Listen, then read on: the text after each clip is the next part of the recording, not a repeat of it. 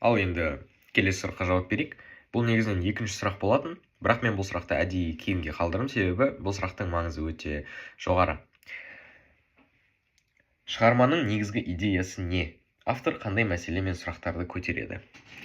Әрине, ең бірінші біздің ойымызға бірлік идеясы келеді. Яғни ел бірлігі, егер мысалы жұмыс, тірлік бірге жасалса, бір адам емес, бір топ адам жасаса оны, әрине олар жетістікке жетеді. Дәл солай, мысалы, ежелгі мемлекеттерді алған кезде, олар әрине бөлектеніп, бытырап жүрсе, оларды жаулап алу қиынға соқпайды. Ал егер олар біріксе, бір жұдырықтай жұмылса, онда оларды ешкім бұза алмайды, оларға ешкім ештеңе жасай алмайды. Енді кітаптан мысалдар таптым. Мысалға, Керей мен Жәнібек қазақ руларын жинап, олар Моғолстанға көшті ғой, сол жерге келді. Сол жерде жайғасып жатқан кездер мынадай диалог. Бір аптадай өткен шақта Жәнібек пен Керей өздерінің 5 ұл, 7 немере, көптеген аға інілерін жинаған. Жәнібек жолай қызыл жыңғылдан өтіп бара жатқанда, жігіттеріне кестіріп алған жуандығы қамшы сабындай бір құшақ қызыл күрең тобылғыны алдына қойып, үлкен баласы Әдік төре мен Керейдің тұңғышы Бұрындыққа алдарыңдағы тобылғыдан бір-бірден алыңдар деген. Аналар алған, енді сындырыңдар деген. Аналар қолдарындағы тобылғыларын шытыр-шытыр сындырған. Енді үшеуден алып сындырыңдар деген Жәнібек. Аналар 3 тобылғыдан алып бәлендей күш жұмсамай, бұл жолы да сындырған. Енді 5-ден алып сындырыңдар деген Жәнібек сұлтан. Аналар 5-5-тен тобылғыны алып, әжептәуір күш жұмсап сындырған. Енді 8-ден алып сындырып көріңдер деген Жәнібек. Әдік пен Бұрындық тобылғыны 8-ден алған, тізелеріне де салған, табандарына да салған, маңдайларынан сорғалап тер де аққан, әйтеуір қиналып барып, балуан тұлғалы қос арқан, қос арлан әзер дегенде сындырған. Енді 10-нан алып сындырып көріңдер деген Жәнібек сәл күлімсіреп. Сындыра алмайтындарын білсе де, Әдік пен Бұрындық тобылғыны 10-нан алған, сындырмақ боп әрі-бері мықшыңдап көрген, күштерінің жетпейтінін білген соң, құрып қалғыр болатын емес деп тобылғыларын лақтырып жіберген. Жәнібек үндемей сәл ойланып отырғанда, міне, ел бірлігі деген осы деп сөзін бастаған. Жалғыз адамды жау алады. Ал көп біріксе, ешкімде жеңе алмайды. Көп қорқытады, терең батырады. Егер екі қолдың 10 саусағындай қазақтың бар рулары қос жұдырық болып түйілсе, қандай жауына болса да қауіпті күш деген. Әрине осы сәттен біз жаңағы ел бірлігінің құдіретін көріп тұрмыз, яғни біріккен халықты ешкім сындыра алмайды. Тағы да кітаптан мысалдар тапқанмын.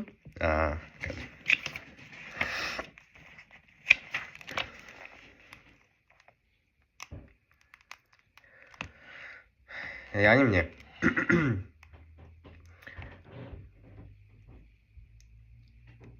Керей қайтыс болып, Жәнібекті хан етіп ақ кигізге көтергенде, қазақ рулары бастары бірігіп, Шу, Талас, Сарысу, бүкіл Көкше теңіз бойын, Дешті Қыпшақтың солтүстігіндегі Есіл, Нұра, Тобыл өзендеріне дейін тегіс алып болған еді.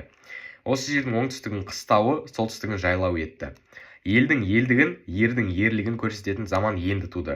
Тек осы шағын жерде көшіп жүре берсе, бір күні өзінен күшті Әбілқайыр секілді бір ханның қалың қол шығарып, қайтадан басып алатынын Жәнібек жақсы ұқты.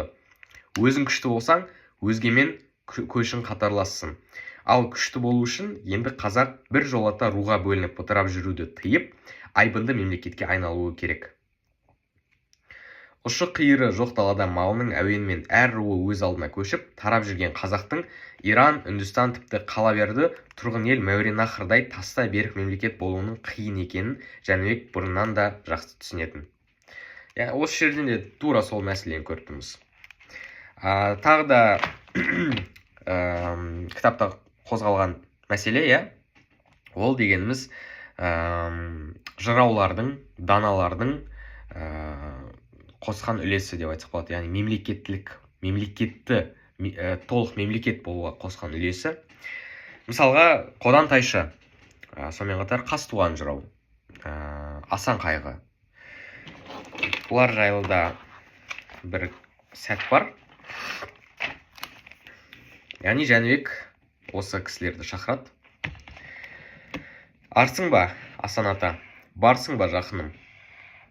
Хан енді қазақ әдетімен алдымен құшағын айқастыра, кеудесіне кеудесін тигізіп, әуелі Асан қайғымен сәлемдесті, содан соң барып Қодан жыраумен, Қазтуғанмен амандасты.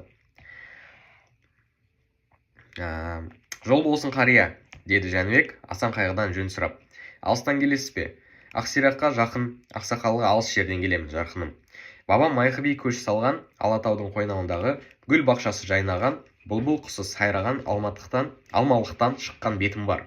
Құтты қоныстан аттанған екенсіз ғой. Құтты дейсіз бе? Асан атаның қабағы қарс жабылып кетті. Бізден де бұрын Насрани діні шіркеуі салынған екен. Батыс қонысы тым алыс қой. Қызыл түлкіге қызыққан қыранға 6 күндік атырап әудем жерден жақын. Рас, Жетісу өңірі жердің қызыл түлкісі, айыбы, ажары. Сол себептен де сойқын сайдан шығыстың әбжыланы әлсін-әлсін басын сумаңдай көрсетіп жатқан жоқ па? Тірі қалың келсе, елім күшті болсын. Елім қайтсе күшті болады, арманына жеткен ел күшті болады. Қандай арманды айтасыз? Жерүйек деген халқыңның арманын айтамын. Бұл жалғанның жерүйегі Жетісу екен. Алтын ордаңды сол Жетісуға алмалыққа тіккеніңде, қой үстінде бозторғай жұмыртқалар заман орнайды. Біз жетпегенмен оған біздің ұрпағымыз жетеді. Жәнібек езу тартты. Бірақ оған дейін Әбілқайырдың көп бөрілері бізді талап қан етпек қой. Дұрыс айтасың, жарқыным. Қазіргі заман әлі жеткеннің заманы. Жолай Ахмет Қожаның мешітіне Құран оқып шығайын деп, яссыға бұрылып едім, Әбілқайыр ханның әмірімен істелген бір қиянатты көрдім. Қандай қиянат? Хакім Мұхаммед Мазид-Тархан яссыға керуен тартып келген қазақ саудагерлерінің малын тартып алып, өздерін құмға қуып салыпты. Бұнысы Әбілқайырдың Түркістан жеріне қазақ саудагерлері келмесін дегені ғой. Я, бағанадан бері үндемей отырған қарға бойлы Қазтуған оқыс қимылдап ханға қарады. Сонда қара қазақ жейделік қарбас пен кебіндік бөзді қайдан алады? Жайшылықта сырға тұйық Жәнібек қазақ саудагерлеріне істеген Әбілқайыр қорлығы жанына батып кетті ме, өзін-өзі ұстай алмай қалды. Түркістаннан аламыз, деді ол Қазтуғанға қарап. Алдымен Түркістанның өзін аламыз. Асан қайғы Жәнібекке ойлана көз тастады. Шырағым Жәнібек, бабаң орыс ханның ақылы саған қонды ма деп ем, адаспаған екенмін. Әбілқайырдан айырылғаныңа қарсы болмасам да, шуға көшем дегенді ұнатпағам. Енді қанып отырмын. Ойың алыста жатыр екен. Әрине, қазақ енді шаһарсыз күн көре алмайды. Бұхардың мейізімен Ташкенттің науаты қазақ сорлында аузының дәмін енгізгендей. Бірақ Әбілқайыр саған оп-оңай Түркістанды бере ме? Күшің жетіп тұрып қан төккеннен, күшің жетпей жатып қан төккеннің күнәсі ауыр. Мен қан төгейін деп отырмын ба? Түркістан атақонысым. Түбі қан төкпей бітіспейтін болсақ, амалымыз не? Биыл күшім аз, келесі жылы. Енді сөзге Қотан қарт кірісті. Оған көзің жете ме? Әрі-бері көшіп жүдеген жұрт жаңа тойына бастады ғой. Ар жағына ел қонған адамды оңай орнынан тұрғыза алмайсың. Жау шапқалы тұрса да ма? Қотан жырау ойлана жауап қайырды. Тоқ бала аш болам деп ойлай ма? Халқың жайын ақындарымнан білермін деген үмітінің ақталғанына Жәнібек іштей риза болды. Сендерді босқа шақырмаған екен, деді ол. Жақсы, бұл жағдайды жата жастана кеңеселік. Яғни көріп тұрғандарыңыздай, бұл жерде Жәнібек бұл тұлғаларды бекерден бекер шақырған жоқ. Қазтуған, Қодан тайшы, Асан қайғы, бұлардың барлығы Жәнібекке былай айтқанда демеу көрсетті, көмектесті. Бұлармен былай айтқанда сырласу, сөйлесу, талқылау әрине Жәнібекке, яғни былай айтқанда пайдалы болды. Сонымен қатар тағы көрсетілген мәселелер адам тағдыры және билік қақтығысы. Билеушілер арасындағы бақталастық, ішкі тартыстар қарапайым халықтың өміріне әсер еткенін көрсетті. Сонымен қатар тәуелсіздіктің құны. Роман тәуелсіздіктің қанмен, ерлікпен, құрбандықпен келетінін меңзейді. Көзқарастар арасындағы келіспеушілік. Бұл жайлы кішігірім қозғаған болатынбыз. Негізінен мен айтып тұрғаным ол Бұрындық хан мен Қасым Сұлтанның көзқарастарының келіспеушілігі. Яғни Жәнібек хан қайтыс болғаннан кейін Бұрындық таққа отырды. Және екеуінің көзқарастары мүлде әртүрлі болды, мүлде басқаша болды бір-бірінікінен. Егер Бұрындық тек былай айтқанда қара күшке сенсе, тек жауға шабуды білсе, ал Қасым болса, жоқ, Қасым өте ақылды кісі, өте дана, ол асықпай қадам басу керек деп ойлаған. көршілес мемлекеттермен мүмкін болса достық қарым-қатынас орнату керек деген, ешқайда асықпау керек, қадамдарды біртіндеп жасау керек деген. Нәтижесінде негізі әрине Қасымның айтқаны дұрыс болды. Сөйтіп бұрындықты қазақ халқы жек көріп кетеді, себебі ол Мұхаммед Шайбанимен ауыл жаласып кетеді. Сөйтіп ол қателеспесем Сауранға Сауранға көшіп кетеді, яғни ал Қасым одан кейін хан атағын алады. Және әрине біз сол ежелден бытырап келе жатқан қазақ руларының осы Қасым ханның тұсында алғаш рет бас қосып, бірігіп, сөйтіп қазақ хандығы, қазақ мемлекеті дегенге айналғанын көрдік, әрине. Яғни Қасымдікі толықтай дұрыс болды. Ал енді тағы айтатын жағдай ол әрине былай айтқанда дербестікке ұмтылу жолындағы ауырлық.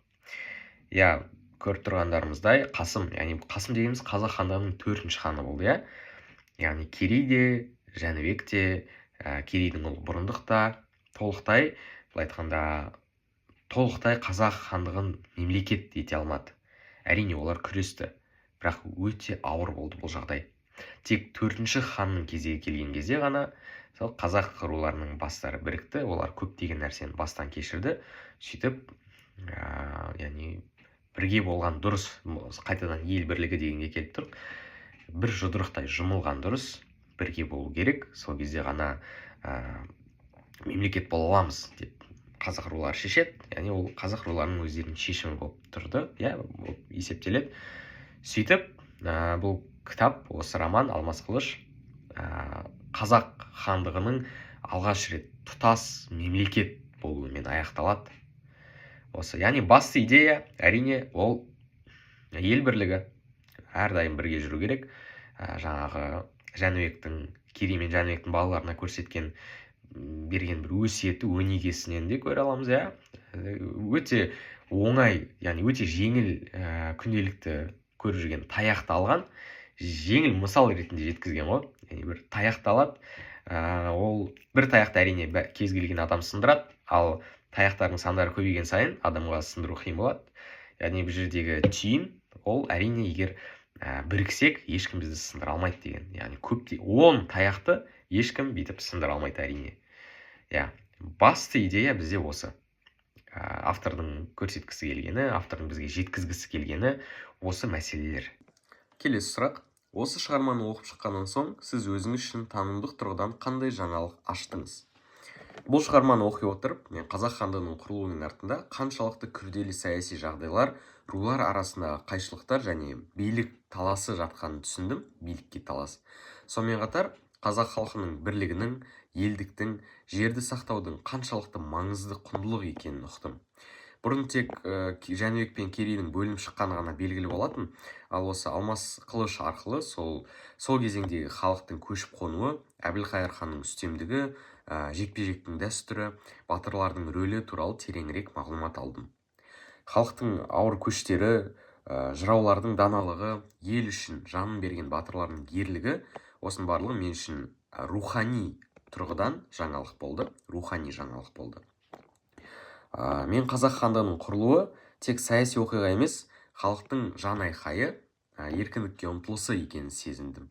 Шығарма арқылы Әбілқайыр, Жәнібек, Қасым сияқты тарихи тұлғалардың мінезі және олардың әрекеттерінің артында жеке амбиция, халыққа деген жауапкершілік, билік психологиясы жатқаны түсінікті болды. Бұрын хандарды тек тарихи тұлға деп қана білетін болған, ал бұл роман олардың да пенделік сезімдері, күдігі, ашуы, әлсіздігі болғанын көрсетті. Шығармада қазақтың көне салт дәстүрлері, мысалға сәлем беру, жекпе-жек салты, құда түсу, батырлардың бура немесе атты тәрбиелеуі сияқты рәсімдер кең көрсетілді.